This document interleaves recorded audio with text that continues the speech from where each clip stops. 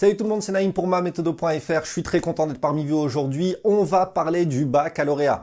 Félicitations si vous regardez cette vidéo. En principe, c'est que vous avez eu le baccalauréat. Donc moi, je tiens à vous féliciter. Je sais ce que c'est d'avoir le bac et je sais ce que c'est aussi de passer au rattrapage parce que ça m'est arrivé. Enfin bref, c'est pas le sujet de la vidéo.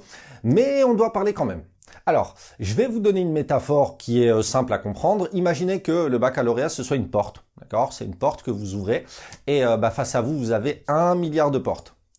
Ce que je veux dire par là, c'est que le baccalauréat n'est pas une finalité en soi et c'est important d'en parler maintenant. Ok? Tous les ans, j'ai des élèves qui ont le baccalauréat et quand je les revois 1 ou 2 années après l'obtention de leur baccalauréat, je leur demande ce qu'ils font.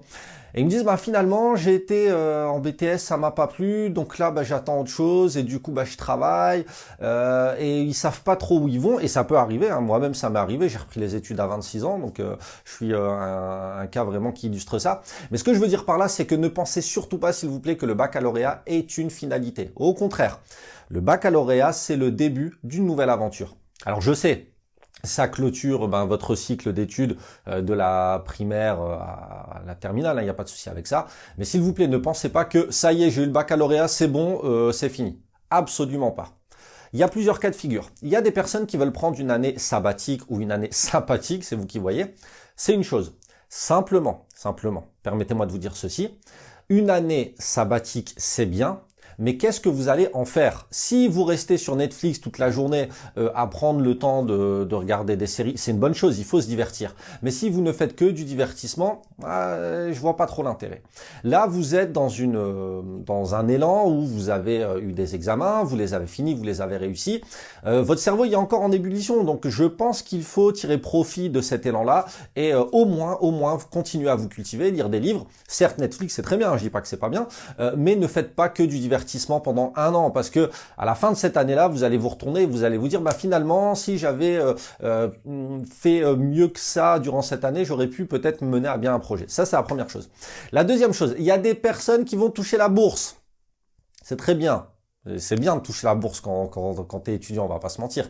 Simplement, vous savez, quand on augmente un niveau de vie, on peut pas rebaisser ce niveau de vie-là. Je vous donne un exemple. Si vous avez appris à vivre avec 100 € par mois, vous ne serez absolument plus capable de vivre sans ces 100 €-là. C'est un fait. Ok? Quand on augmente son niveau de vie, on peut que difficilement le baisser. Soit. Ne pensez pas que la bourse, ça va vous suffire et que vous allez être bien. Parce que je sais, là, on est encore, pour la plupart, chez papa et maman. Le linge y est fait, la nourriture, elle est ok. On a un lit, on a un toit, on ne paye pas d'électricité, on ne paye pas de charges. Et on pense que, finalement, oui, c'est bon, à 100 € par mois, je suis au top. Non. Non. Ne pensez pas que la bourse, ça va vous suffire. Parce qu'il y a beaucoup d'étudiants, en fait, qui vont à la fac pas très sérieusement. Ils comptent sur ces 100 €-là. Pendant 1 an, ça va. Pendant 2 ans, ça va. Et en fait, ils vont pas trop à la fac. Ils ont la bourse. Et après, bim, ils ont plus de droit à bourse. Et ils se retrouvent en première année et ils ont plus d'argent. Et donc, ils vont travailler. Avoir une bourse, c'est bien. Mais ne pensez pas pareil qu'avoir une bourse, c'est une finalité et que ça y est, vous gagnez de l'argent. Donc, vous n'avez plus besoin de faire d'études. Absolument pas. Ça, c'est la deuxième chose que je devais vous dire. La troisième chose que je devais vous dire, s'il vous plaît, si vous avez un projet entrepreneurial, allez-y. Il y a même d'ailleurs des études qui permettent d'être auto-entrepreneur. Par exemple, vous pouvez cumuler un BTS et être auto-entrepreneur à côté. C'est génial.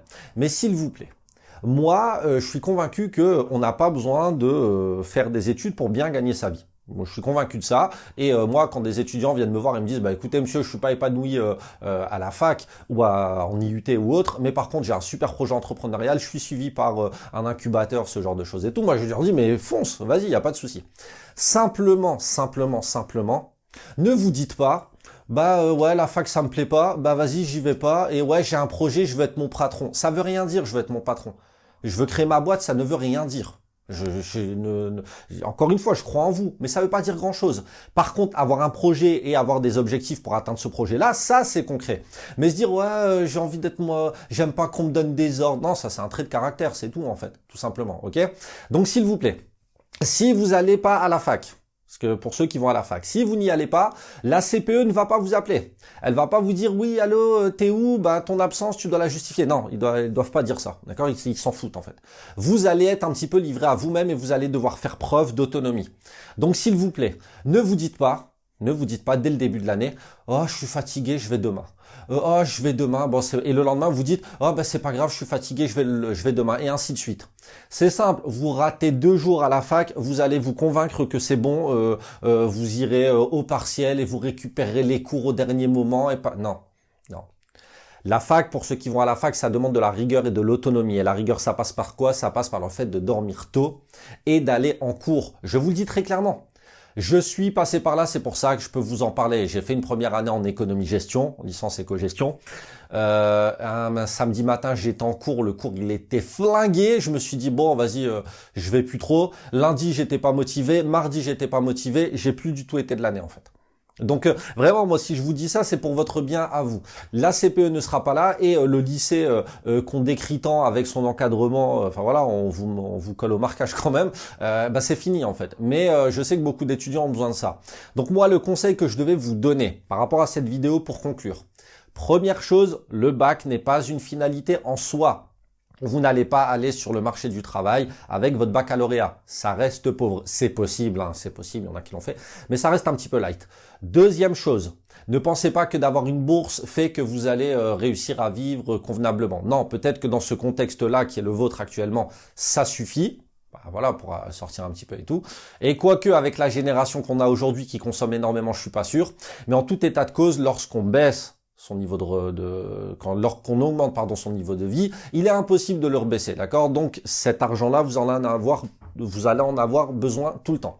Troisième chose, si vous allez à la fac, on va pas vous appeler, on va pas vous demander de justifier vos absences. Donc s'il vous plaît, ne vous dites pas « Oh, je suis fatigué, je rattraperai la fois suivante ou la semaine prochaine ou je ne sais quoi, ou je récupérerai les cours pour aller au partiel ». Non, ça n'existe pas. Donc s'il vous plaît, ayez conscience de ça.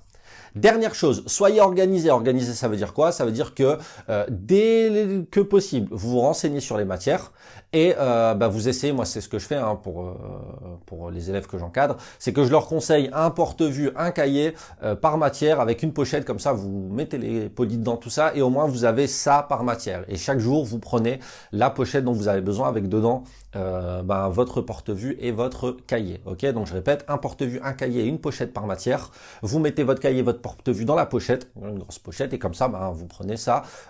Si vous avez cours, je sais pas moi, je dis n'importe quoi, d'économie, vous prenez votre pochette d'économie. Si vous avez cours de droit, vous prenez votre pochette de droit, etc. Moi, c'est comme ça que je fais avec mes élèves et ça fonctionne très bien. Ok, donc s'il vous plaît. Dernière chose, profitez de vos vacances parce que ça y est, là c'est bon, vous avez donné, profitez bien de vos vacances, essayez de lire quand même, ok, au moins un livre pendant les vacances, un livre, tu vois, un seul. Ça va te donner du vocabulaire et puis tu verras, même si c'est 5 minutes par jour, ok, essaye au moins de lire un livre par jour pendant les vacances. Quand on sait qu'on passe 7 à 8 heures par jour sur son téléphone, je pense que on peut allouer ce temps-là au moins à une activité enrichissante culturellement. Bref, je vous remercie d'avoir regardé cette vidéo. Si cette vidéo vous a plu, pouce bleu, abonnement et tout. Et 10 000 en septembre. Je vous jure, il y a moyen. Il y a vraiment moyen. Là, on est à 9 000 et quelques. Merci pour votre soutien vraiment. Et encore une fois, merci pour tous les messages que vous avez balancés sur la chaîne et pour l'aide que vous avez apportée aux autres candidats. Je vous souhaite une très bonne journée. Salut!